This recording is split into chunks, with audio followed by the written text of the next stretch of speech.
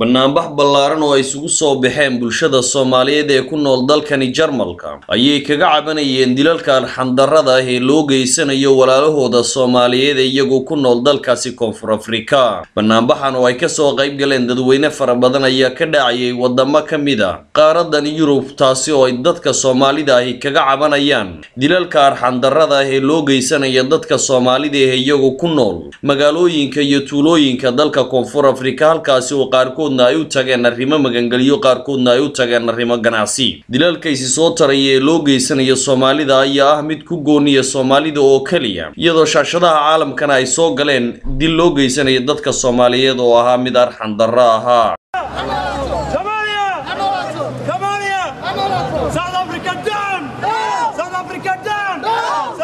barnaamijno oo aan codkeena meel dheer ku gaarsiino dibka walaalahena Soomaaliyeed ee South Africa joogo ku haysto. Magax baa lagu dilay, kiyaha iyo beerka laga la baxay. taas baan ka soo horjeednaa. waxaan leenahay joojiya dibka walaalaheen ku haysan dadka reer South Africa. abaalkii leedin galay dad gudan noqda. waxaan leenahay dawladda Soomaaliyeed yeysan u hadlin sidii inay ku meel gaartay cod dheer ha isticmaasho. dawladda South Africa magdhow ha ku weydiisato in dadka Soomaalida la dilay magdhow ay ka bixiyaan joojiyana. dawladda South Africa waxa xaq loogu leeyahay inay ka soo qayb galo mudaaraadka ka soo horjeedno dadka Soomaaliyeed ee ku nool muwaadiniin Soomaaliyeed ku nool waddanka South Africa dhibaatada loo geysanayo soo inaan cadawgeena ka soo horjeesano maaha. waxaan halkan taasi wadariyaa dhammaan ummadda Soomaaliyeed intii ku geeriyootay. ilaahay waxaan uga baryaynaa inay naxariista janno uu ilaahay ka waraabiyo. waa dhacday waayo waxaan dareennay inay yihiin dad aan xuquuqda insaanka haba yaraatee aan waxba ka aqoon oo saboolka ah.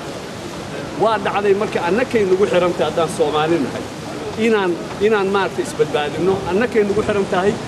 barnaamijkan ballaaran ay isugu yimaadeen bulshada Soomaaliyeed ee ku nool dalkani Jarmalka ayay kaga cabanayeen sidii ay uga xun yihiin dilalka arxan-darrada ah ee loogu geysanayo dadka Soomaaliyeed iyagu magangalyo doonka u jooga dalkaasi Koonfur Afrika oo 5 sano ee ugu dambeysay la sheegay in si arxan-darro ah loogu dilay ku dhawaad 700 oo qof oo Soomaali ah oo iyagu halkaasi ku sugnaa.